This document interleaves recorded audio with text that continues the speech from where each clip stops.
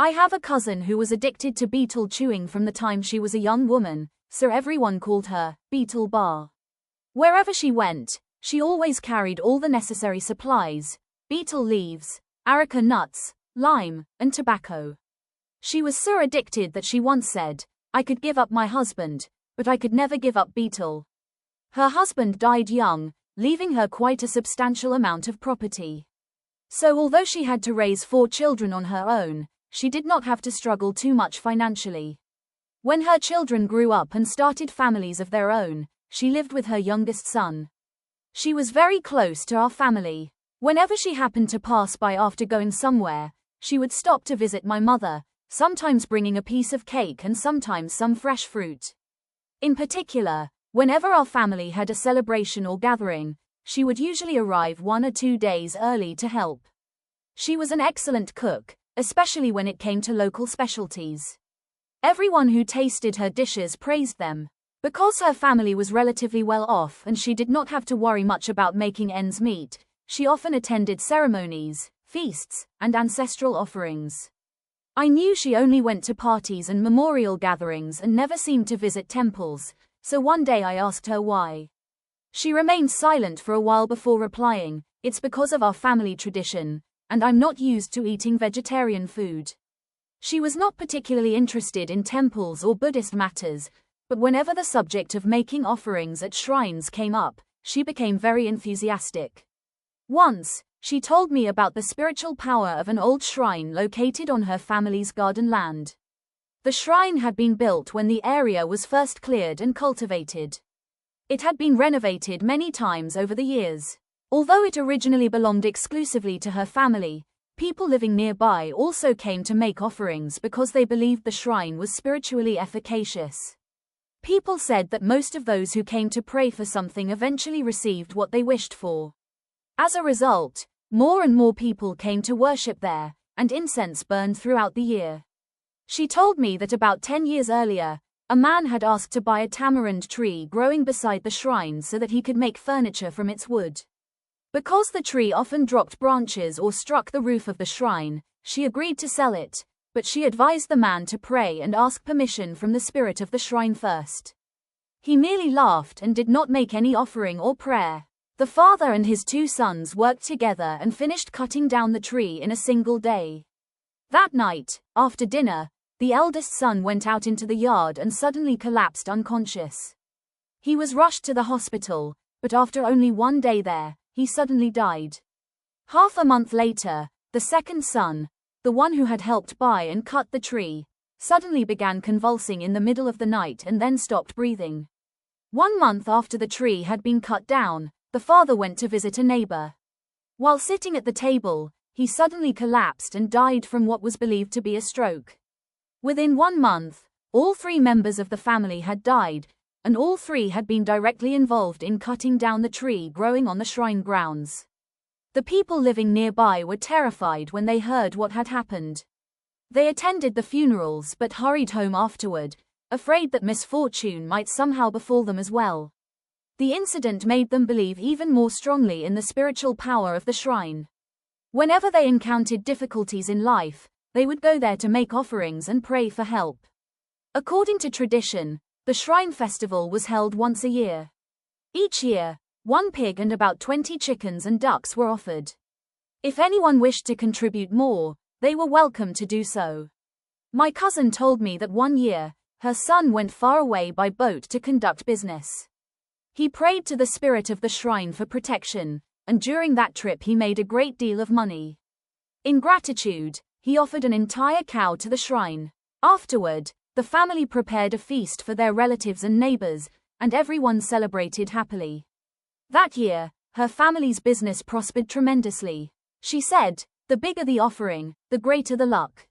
Knowing that she placed such deep faith in spirits and deities, I gently tried to explain my understanding to her. Spirits and deities who have not yet escaped the cycle of rebirth in the 6 realms may possess certain powers and may be able to help us with this or that. But we still have to bear the consequences of our own karma. If we kill too many animals to make offerings to spirits, we ourselves must bear the karmic consequences. It is better to reduce the killing as much as possible. If offerings are made with vegetarian food instead, one can avoid creating such negative karma. She laughed and said, "How could we abandon a tradition that has been passed down for generations? Who has ever brought vegetarian offerings to a shrine?" I shook my head, feeling that there was nothing more I could say to change her stubborn ways. After my mother passed away, cousin Betel Ba visited us less and less. One day, I ran into her at the market and noticed that she had become much thinner. When I asked what had happened, I learned that her youngest son had been traveling by motorboat for business when, in the darkness of night, his boat collided with another vessel. The boat sank, taking all his property with it. He survived, but afterward he became confused and mentally disoriented, almost as if he were possessed. She was devastated by the loss of her property and even more distressed about her son. She could hardly eat or sleep, and her health deteriorated badly. I tried to comfort and encourage her. 3 months later, I heard that she was seriously ill, so I went to visit her. By then, she was bedridden. Her eyes were tightly closed, and she breathed with a harsh, rattling sound. When I shook her gently and called her name, she opened her eyes, but her gaze was empty and expressionless. Because she had been lying in bed for so long, large areas of her back had developed severe sores filled with blood, pus, and yellowish fluid. Her children had to clean and change her dressings twice a day, yet the entire room still smelled foul. There was one particularly strange thing: she had an enormous appetite. She was an emaciated old woman, her eyes tightly shut, breathing heavily, yet she could finish a huge bowl of rice at a single meal. It was truly strange. Seeing how weak she was, I suggested to my niece-in-law that the family should establish a Buddhist altar so that it would be easier to pray for her later. Unexpectedly, she pointed to 2 framed images of protective deities and said, "We already have one." I was deeply saddened by her answer. She clearly knew the difference between the Buddha and local deities, yet she deliberately gave that answer simply to end the conversation. Well, it was their home. If they did not want to listen to my advice, there was nothing more I could do. Cousin Betel Ba passed away on the night of the 16th day of the 7th lunar month. I attended her funeral with a heavy heart. I was grieving the loss of a relative, but I was also worried about where her consciousness would go after death, since throughout her life she had only known the worship of spirits and shrine offerings. In order to pray for her peaceful rebirth, my nephew had to borrow a picture of the Buddha from a neighbor. My heart ached even more. I was a Buddhist myself, yet I had not even made sure that our relative had a Buddha image to pray before. Perhaps that, too, was part of our karmic circumstances. On the 15th day after her funeral, I dreamed that she entered my house with an angry expression. She said, "My 2 sons are causing such a disturbance that they are about to knock over my altar." In the dream, I held her hand and pleaded, "Please don't be angry. Let me fix the altar for you." I suddenly woke up, completely puzzled about what had happened. The next morning, I hurried to her house. When I saw that her altar was still intact and incense was burning steadily, I felt relieved. Her youngest son and his wife welcomed me. I asked him, "Since your mother's funeral, has anything happened? Last night I dreamed that your mother came to me looking very angry. She said that you brothers were making such a commotion that you were about to knock over her altar." The youngest son turned pale and confessed, "After we finished building Mother's grave, I organized a meal and invited our relatives. My brothers and relatives had worked so hard helping with Mother's funeral, so I wanted to thank them. But unexpectedly, during the gathering, my older brother brought up the issue of dividing the land. I told him that whatever he wanted, he should wait until after the 100th day of Mother's passing. He refused. He kept cursing and shouting. I couldn't hold myself back, so we got into a physical fight." Fortunately, their relatives intervened. Otherwise, someone might have been seriously injured. I shook my head and said, "You brothers are truly behaving badly.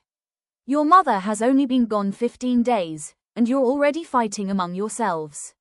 According to what I believed, a deceased person might not yet have attained peace within the first 49 days after death and could be especially disturbed by wrongful actions committed by family members.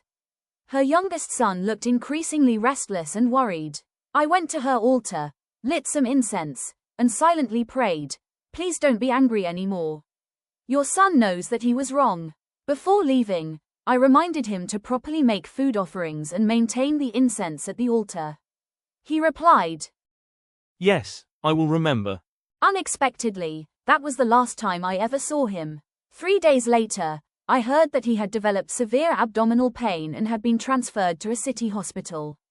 2 days after that, an ambulance brought him home.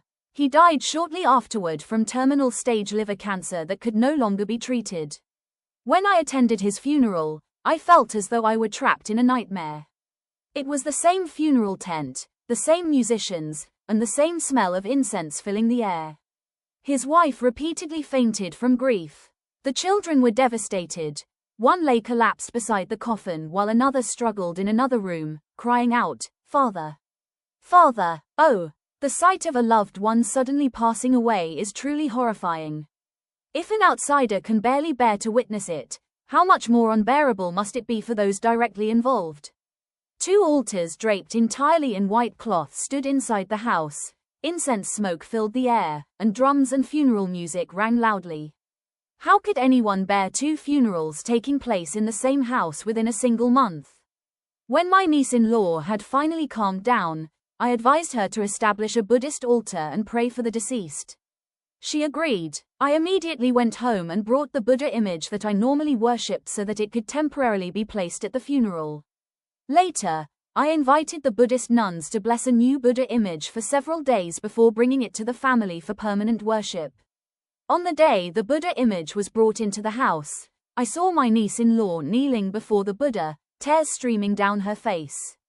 My heart ached. I silently prayed that the compassionate Buddha would bless and protect the remaining members of my nephew's family and keep them safe and peaceful.